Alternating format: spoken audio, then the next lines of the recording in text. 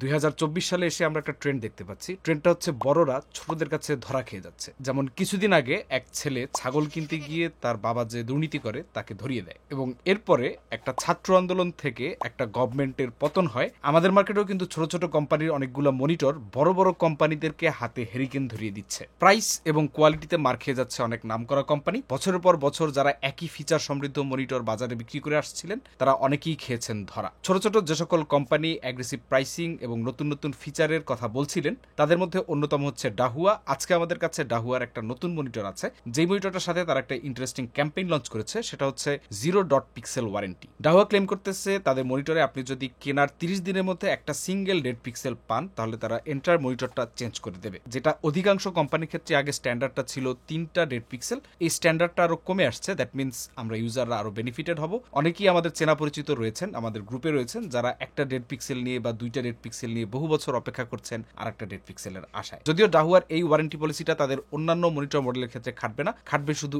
এই মনিটরটার ক্ষেত্রে। এই মনিটরটার মডেল হচ্ছে LM-B201DW। LM সিরিজের আরো মনিটর আমরা আগে রিভিউ করেছি। এই মনিটরটা বাংলাদেশে অফিসিয়ালি ডিস্ট্রিবিউট করছে সুরভি এন্টারপ্রাইজ এবং এটার দাম তারা রেখেছে 10,000 টাকা। আজকে বিস্তারিত এই মনিটরটা নিয়ে কথা হবে। আপনাদের সাথে রয়েছে আমি অনন্য জামান, আপনারা দেখছেন পিসি বিল্ডার বাংলাদেশ।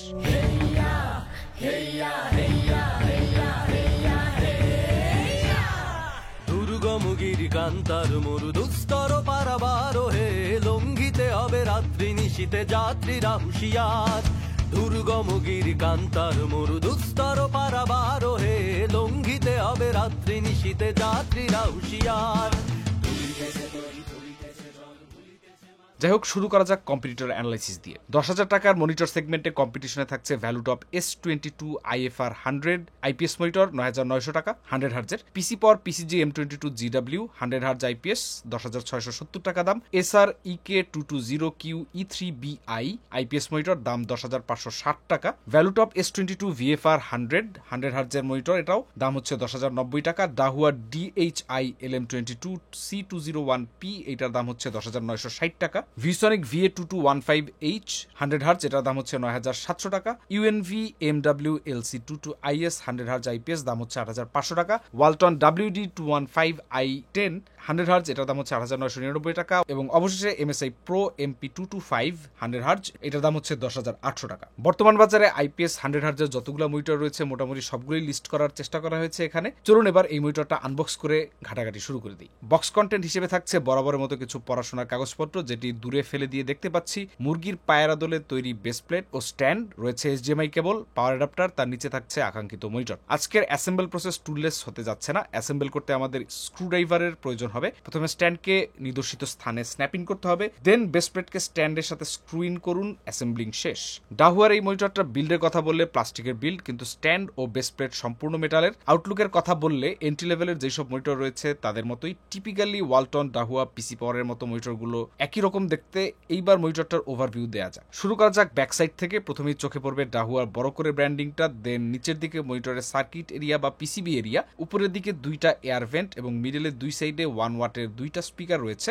ভেসা মাউন্টের জন্য 75x75mm 4টা স্ক্রু হোলস। কর্নারে কেনসিংটন লক থাকছে। স্ট্যান্ডের নিচে কেবল ম্যানেজ করার জন্য স্পেস রয়েছে। স্ট্যান্ডের নিচে রাবারও রয়েছে যা মনিটরটাকে একটা ভালো ব্যালেন্স প্রোভাইড করবে। বটম ফেসিং আইও পোর্টস রয়েছে। পোর্ট সেকশনে আমরা দেখতে পাই প্রথমেই HDMI, VGA এবং পাশে পাওয়ার পোর্ট, এন্ড নিচের দিকে ওএসডি কন্ট্রোল করার জন্য 5টা বাটন রয়েছে। ফ্রন্ট সাইডে আসা যাক। 3 সাইডে বেজেললেস ডিজাইন, ফ্রন্ট সাইডে নিচে চীনের মাঝখানে ডাহুয়া ব্র্যান্ডিং করা। ডান পাশে ওএসডি আইকনগুলো দেয়া, যা ওএসডি চেঞ্জ করাটা একটু ইজিয়ার করবে যেহেতু এটার মধ্যে কোনো জয়স্টিক নাই। মনিটরটার নেট ওয়েট হচ্ছে 2.18 KG, gross weight 3.12 KG. Build এবং আউটলুক নিয়ে একটা ধারণা দিতে পেরেছি আশা করি। এইবার চলে যাওয়া যাক ডিসপ্লে সেকশনে। একটা 21.45 ইঞ্চের 1920x1080p 100 হার্জের আইপিএস প্যানেলের মনিটর। ভিউইং অ্যাঙ্গেল হচ্ছে 178 degree, both horizontal and vertical. Brightness তারা ম্যাক্স ক্লেম করেছে 250 nits. Contrast ratio typically IPS প্যানেলের মতোই যা হয় আর কি, 1000/1। Aspect ratio 16:9। মনিটরটিতে কালার সাপোর্ট করে 16.7 মিলিয়ন এবং মনিটরটায় 8 বিট প্যানেল ব্যবহার করা হয়েছে, তবে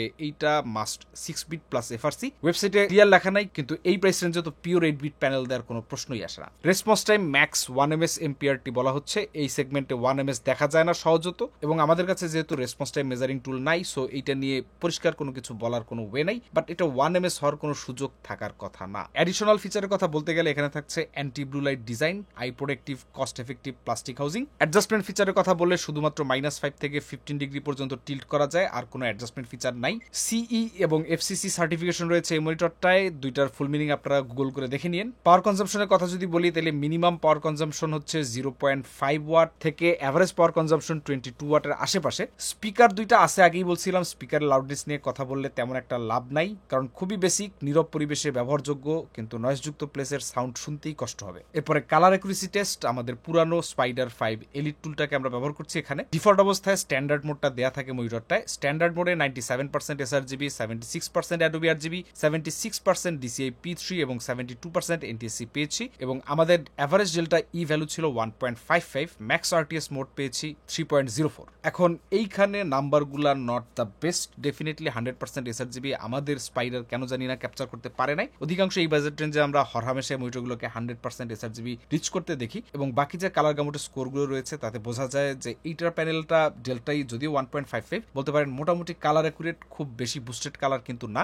আমরা এই প্রাইস রেঞ্জে অন্যান্য অনেক কোম্পানির মনিটর দেখেছি যেগুলোর কালার আরো বেশি বুস্টেড। DCI P3 থেকে শুরু করে Adobe RGB কিন্তু আমরা বেশ কিছু প্যানেলে 80% প্লাস পর্যন্ত পেয়ে থাকি। সো যারা বেশি বুস্টেড প্যানেল খুঁজতেছেন, মুভি টুভি দেখবেন, গেম টেম খেলবেন, কালার বেশি পপ করলে ভালো লাগে, তাদের জন্য হয়তো আরো বেটার অপশন রয়েছে, বাট ডেল্টা ই ভ্যালুর দিক থেকে 1.55 ইজ নট ব্যাড। যাই হোক, চলুন এবার আমরা গোস্টিং টেস্টে চলে যাই। এই টেস্টটা হচ্ছে 100 হার্জ মনিটর, তো এটা করা ম্যান্ডেটরি। আমরা চেষ্টা করবো একটু ডিটেইল এটা নিয়ে কথা বলার জন্য। ভিডিওতে দেখা যাচ্ছে ট্রেইল গোস্টিং, এটি তখন দেখা যায় যখন প্যানেল পিক্সেল পরিবর্তন করতে দেরি করে, এবং ইনভার্স গোস্টিং ও মোশন ব্লারও দেখা যায়। এমপিআরটি অন করলে পরে গোস্টিং আরো বেড়ে যাচ্ছে, তখন ওভারশুটও দেখা যাচ্ছে। এমপিআরটি অফ এবং অন করে দুই মোডই আপনাদের ছবি দেখানো হচ্ছে যাতে আপনারা একটু পরিষ্কার আইডিয়া পান। যেটুকু গোস্টিং দেখা যাচ্ছে এখানে 1ms রেসপন্স টাইম একটা বাতুরতা বলতে পারেন। আমরা প্রিভিয়াসলি MSI Pro MP225 এর একটা মনিটর রিভিউ করেছি, তার রেসপন্স টাইমটাও 1ms ক্লেম করেছিল, এত বড় একটা কোম্পানি, তো সেখানেও কিন্তু আমরা গোস্টিং কম বেশি দেখেছি। সেই সব দিক থেকে চিন্তা করলে পরে আসলে এখানে 1ms রেসপন্স টাইম ক্লেম করাটা একটু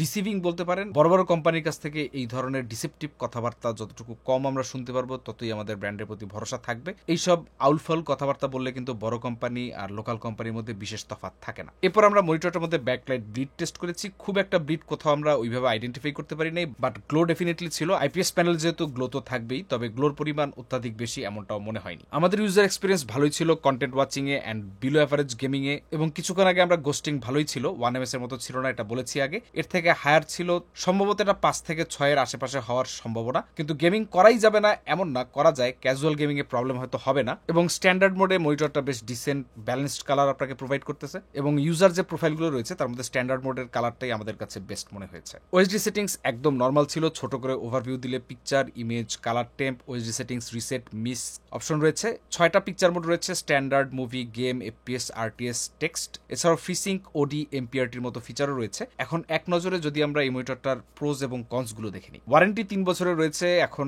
ওয়ারেন্টি 3 বছর যে আলাদাভাবে মেনশন করতে হবে এটা কিছুদিন আগেও ধারণা ছিল না, কিন্তু ওয়ালটন নামক এক কোম্পানি রয়েছে যারা আগে 1 বছরের প্যানেল ওয়ারেন্টি দিত, আবার কিছু বছরের অ্যাডাপ্টার ওয়ারেন্টি, মানে ভিন্ন ভিন্ন ওয়ারেন্টি মনিটর মার্কেটে মনে হয় ওয়ালটনের ইন্ট্রোডিউস করা, দেখে অনেকটা মনে হয় তারা টিভি বেচতে আসছে এরকম।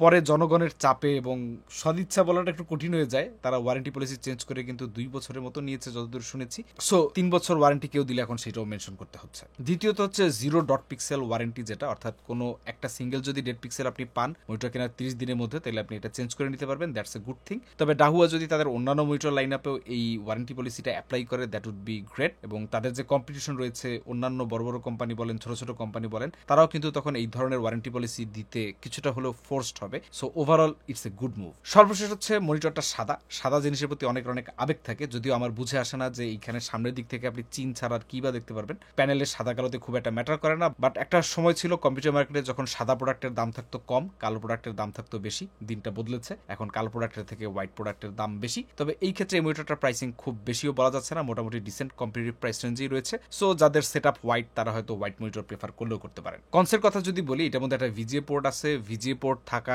একদিক থেকে একটা ব্যাকডেটেড ব্যাপার, কারো কারোর জন্য এটা বলতে পারেন একটা ব্যাকওয়ার্ড কম্পেটিবিলিটি। অনেকের মাদারবোর্ডে আছে দেখা যায় যে HDMI পোর্ট নাই বা ভিজিএ ছাড়া অনেকের গতি নেই, তাদের জন্য হয়তো ভিজিএ পোর্ট একটা ফ্যাক্ট। ভিজিএ পোর্ট থাকাটাকে একটা কনসের মধ্যেই রাখতেছি, বাট কারো কারোর জন্য এটা একটা প্রোজ হয়ে গেলেও যেতে পারে। দ্বিতীয়ত হচ্ছে স্পিকার দেয়া আছে এটা কারো কারোর জন্য প্লাস, বাট 1 ওয়াটের স্পিকার কে জানে 2 ওয়াট বা 2.5 ওয়াটের স্পিকার কিন্তু এই প্রাইস রেঞ্জে পাওয়া গেলেও যেতে পারে। সো এখানে তারা 2 ওয়াটের স্পিকার অ্যাটলিস্ট দিতেই পারতো। সর্বশেষ হচ্ছে রেসপন্স টাইম। এমপিআরটি মোড়ে গেলে পরে গোস্টিং আরো বেরিয়ে যায়, কাজে এটা থাকা না থাকার মধ্যে বিশেষ কোনো তফাৎ থাকতেছে না। আর রেসপন্স টাইমের ব্যাপারটা হচ্ছে 1 মিলি সেকেন্ড অ্যাডভার্টাইজ করা খুবই ডিফিকাল্ট, স্পেশালি যখন ম্যাক্সিমাম গেমার এবং সাধারণ মানুষ এখন বোঝে যে what actually means 1 ms। So জানা তা বক্সের গায়ে লিখে আসলে সেল করার চেষ্টা করাটা ঠিক নয়। প্রোডাক্টটা যেমন আছে তেমন বলাই হয়তো বেস্ট ওয়ে টু গো। এখন এই মনিটরটা কাদের জন্য আর কাদের জন্য না, যাদের কাছে হচ্ছে কালার ব্যালেন্স থাকাটা বেশি প্রায়োরিটি তাদের জন্য প্রবাবলি এটা ঠিক আছে, কিন্তু যারা পাঞ্চি বা বুস্টেড কালার পছন্দ করেন তাদের জন্য আরো বেটার অপশন বাজারে রয়েছে।